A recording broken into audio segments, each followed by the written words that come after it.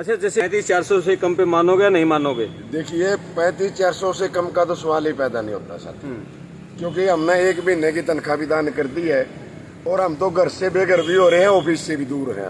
हम तो बीच में लटका हैं। हमें चिंता भी है, जनता की भी चिंता है। जनता कौन है? जनता हमारे पेरेंट्स तो आते हैं कार्यालय में, और कौन आता है?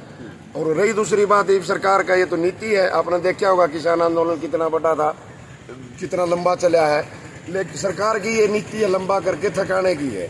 लेकिन सरकार ये भूल कर रही है कि हम किसानों के बच्चे हैं, उनसे भी तेज हैं, और कर्मचारी भी है, सरकार का एक हिस्सा भी है। और ऐसा वर्ग है जिसके बगैर सरकार का शायद काम भी ना चले। वो आप लोग देख भी रहे होंगे कि सभी तहसीलदार ने मना कर दिया कि लिपिक के बगैर जो रजिस्ट्री नहीं करेंगे, दूसरा कार्य नहीं करेंगे।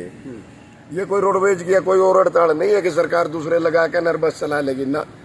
कलरक का काम तो कलरक ही करेगा। आप लोग देख लीजिए, जिस तरह आरसी पे जो साथी बैठता है उसको एक टेस्ट पास करना पड़ता है, उसके बाद वो रजिस्ट्री कलरक कहलाता है। वो रजिस्ट्री में नहीं होती, हवा में नहीं होती, बैठने से नहीं होती। उसके जो भी 50-60 जो नियम है वो कंटेस्ट करने पड़ते हैं, और वो कलरक ही करता है। और बगैर कलरक के इनिशियल के तो कोई अधिकारी हस्ताक्षर भी नहीं करता, वो कलरक से करवाओ। हार का तो सवाल ही नहीं है। पहले ऐसा नहीं कि पहली बार हुआ है, पहले भी ऐसा हुआ था, बहुत बार हुआ था। कहूँगा सब उसके उदाहरण हैं जो मतलब उस स्टेज पे लेके भी आए थे इसको, लेकिन कुछ ऐसे कारण थे जो हम अब सबको पता है। लेकिन हार का तो इसमें हार का तो वजूद ही नहीं है, क्योंकि हम जो हार की वजह लेके नहीं चले। अभी खुद बताओ कितनी बार बाइट लेके आए हमारे पास। बहुत सारे मीडिया के साथी हमसे पूछने के लिए आए हैं। एक भी मीडिया के साथी सरकार ये बता दे हमें क्यों नहीं 3500 मिलना चाहिए। हार कहाँ है इसमें बताओ? हम जीत की ओर जा रहे हैं। जीत का सबको एक छोटे से छोटे कर्मचारी को आदेश है कि हम जीत जाएंगे और हमारा जो हक है वो राइट है 3500। इसके सिवाय हमें हार तो वैसे भी बर्दाश्त नहीं है। हम कभी हारे हैं? आज कितने संगठन हुए, हार किसी ने मानी है क्या? 13 महीने किसान बैठ गए थे, उनकी जांच मांगी थी प्रधानमंत्री के साथ। मतलब ये देख लो, भारत सरकार के साथ एक जीत थी कि हम जीत जाएंगे। हमारे हरियाणा सरकार के साथ, हरियाणा सरकार हमारे कानों के पर्दे साफ करे, हमारी मांगे माने और हम उठ जाएंगे। सरकार क्या कहती है वो तो उसका काम है, लेकिन मैं बताऊंगा हमारी ये डिमांड कोई नई डिमांड नहीं है जी। हम यही तो समझाना चाहते हैं, जनता को भी सरकार को भी समझाना चाहते हैं कि हमारे साथ तो इससे पहले की सरकारों ने भी धोखा किया है। जो आज दावा करते हैं कि हम सरकार में आने के बाद देंगे, तो वो लोग भी हमारे साथ तो धोखा कर रहे हैं। और हम नहीं चाहते कि ये जो हुआ है, जो एक इतिहास बना लिपिक वर्ग का इकट्ठा होना, ये कुछ न कुछ रंग लेके आएगा। और कुछ न कुछ क्या, मैं तो यही कहूँगा कि 3500 लेके आएगा। मान सम्मान लिपिक वर्ग का बहाल होगा, इसमें कोई दो राय नहीं है। मैं रहते सरकार इसको संभाल लेती है, तो हम तो सरकारी कर्मचारी हैं, सरकार के साथ है, सरकार का कोई विरोध नहीं है। हम तो अपने 3500 के समर्थन में बैठे हैं कि हमें 3500 चाहिए।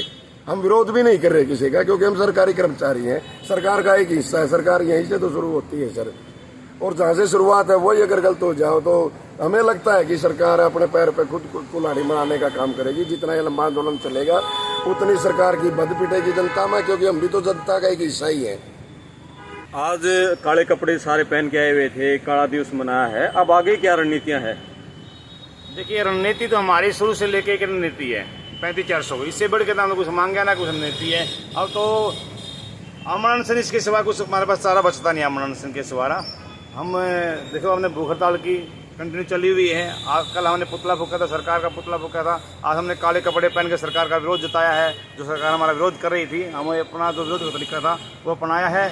अब तो हम अमन अनशन की ओर जा रहे हैं। अगर सरकार अगर हमारी मांगे नहीं मानती है तो हर डिस्ट्रिक्ट में अमन अनशन पर हमारा कर्मचारी बैठ जाएगा।